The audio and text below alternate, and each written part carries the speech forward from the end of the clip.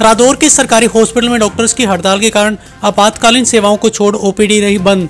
Haryana civil medical service association के आह्वान पर मंगलवार को प्रदेश भर के सरकारी हॉस्पिटल में चिकित्सकों ने अपनी मांगों को लेकर सांकेतिक रूप से हड़ताल की। रादौर में सरकारी हॉस्पिटल में भी चिकित्सकों ने आपातकालीन सेवाओं को छोड़कर ओपीडी सेवाएं पूर्णतः बंद रख हड़ताल को अपना समर्थन दिया। वहीं सरकार को अल्टीमेटम देते हुए चेतावनी दी कि अगर उनकी मांगों को पूरा नहीं किया गया तो 14 जनवरी से आपातकालीन सेवाओं को भी बंद कर दिया जाएगा।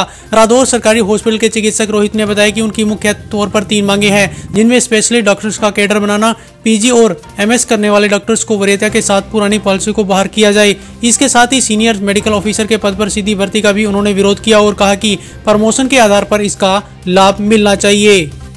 हमारी एक्चुअली प्रमुख सिर्फ 3 मांगे हैं। एक तो पीजी पॉलिसी में अमेंडमेंट और दूसरी है डायरेक्ट एसएमओ की भर्ती, ठीक है, और तीसरी हमारी जो स्पेशलिस्ट कैडर को लेके। और अभी आज हमने ओपीडी सर्विस बंद की है पूरे प्रदेश में, और अगर गवर्नमेंट फिर भी नहीं इसका कोई हल नहीं निकालती तो हम 14 तारीख के बाद इमरजेंसी भी और ओपीडी और इमरजेंसी सारी सेवाएं हम अपनी स्थगित करेंगे।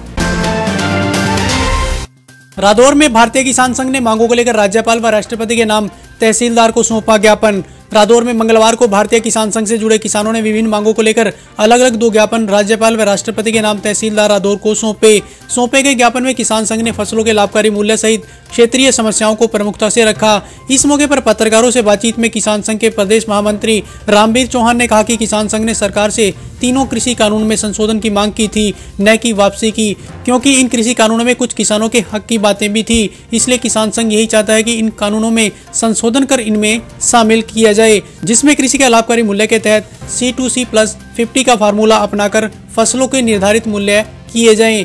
उन्होंने कहा कि उन्हें MSP नहीं बल्कि फसलों का लाभकारी मूल्य चाहिए। इन्हीं समस्याओं और मांगों को लेकर आज देश भर में किसानों द्वारा तहसील स्तर पर ज्ञापन सौंपे गए हैं। जब ये 3 कृषि कानून आए थे, भारतीय किसान संघ ने उसी टाइम आवाज उठाई थी, भाई इस तीनों कृषि कानूनों में संशोधन किया जाए, ना कि वापसी। इसमें कुछ फायदे, किसानों के फायदे की भी बातें थी, कुछ नुकसान की बातें थी, लेकिन सरकार ने इसको इग्नोर किया और उसका खामियाजा ये भुगतना पड़ा कि 1 साल तक लोग वहाँ पे धरने पे बैठे रहे और सरकार की भी बदनामी हुई और किसानों का भी नुकसान हुआ। भारतीय किसान संघ चाहता है भी इसमें संशोधन करके जो किसानों के हक की बात है वो ऐड करी जा। जैसे कृषि का लाभकारी मूल्य है, भारतीय किसान संघ चाहता है C2+50 का फार्मूला इसमें अपनाया जा। उसमें किसान के औजारों की घिसावट, किसान का अपना खुद का श्रम, खेत का किराया और जो पेस्टिसाइड दवाइयाँ हैं, खाद हैं, जो भी इसमें डलती हैं, वो सारा जोड़ के फसलों के रेट तय किए जा। हमें MSP से कोई लेना देना नहीं, MSP नहीं हमारे को चाहती, हमें फसलों का लाभकारी मूल्य चाहिए।